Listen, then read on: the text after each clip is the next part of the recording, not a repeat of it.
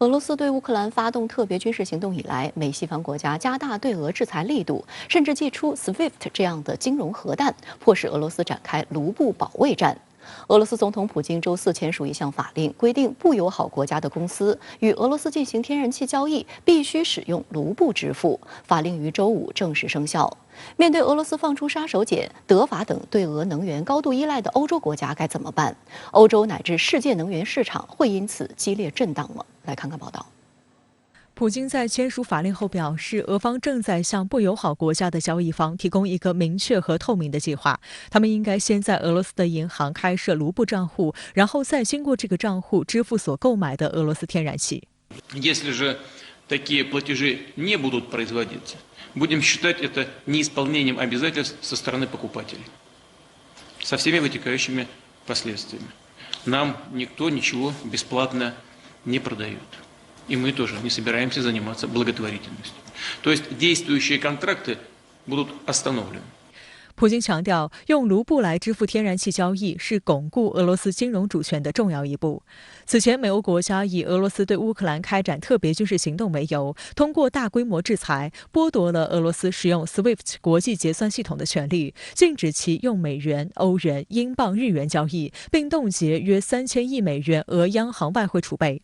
作为回击，俄方则打响卢布保卫战，启动资本管制，以限制从外币账户提取资金等举措稳定本币汇率，减轻制裁杀伤力。而此次普京签署的以卢布作为俄罗斯天然气交易货币的法令，由于欧洲多国对俄罗斯能源的需求催生出更多卢布需求，有望进一步支撑卢布升值。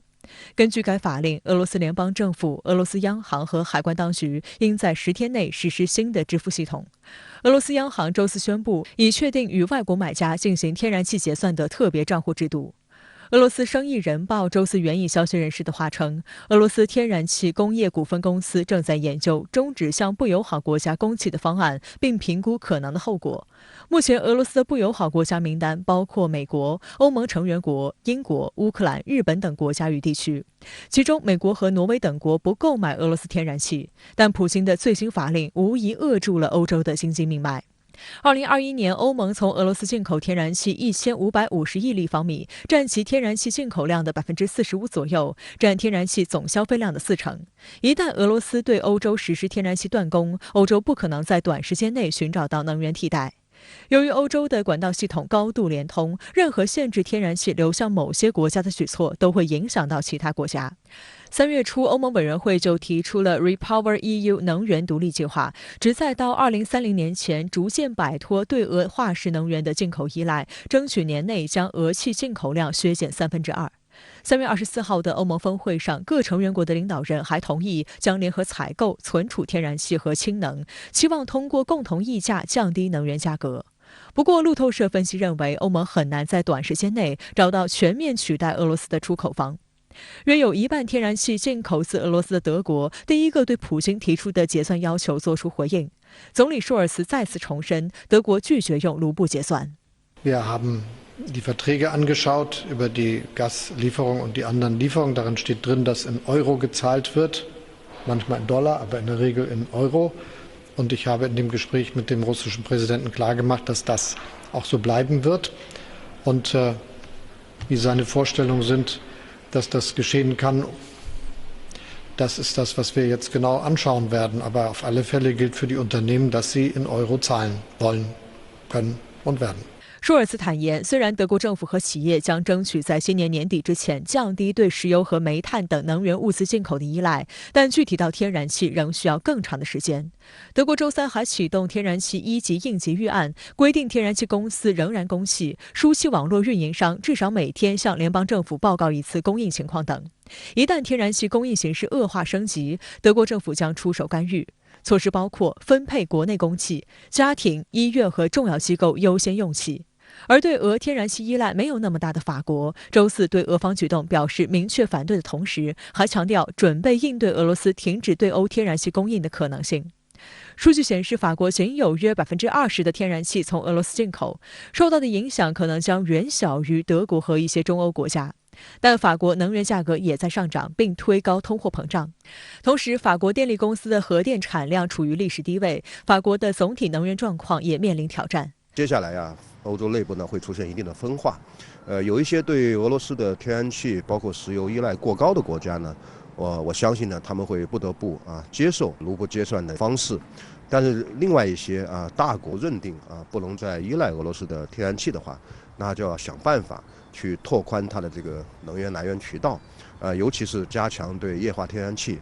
短期的这个进口，会加剧国际能源市场的这种竞争。所以短期内国际能源市场价格的上涨应该是难以避免。尽管美国总统拜登上周访欧期间与欧盟签署卖气大单，根据合约内容，美国及伙伴国今年将努力向欧洲增供150亿立方米液化天然气，至少到2030年，美国每年将增供500亿立方米液化天然气。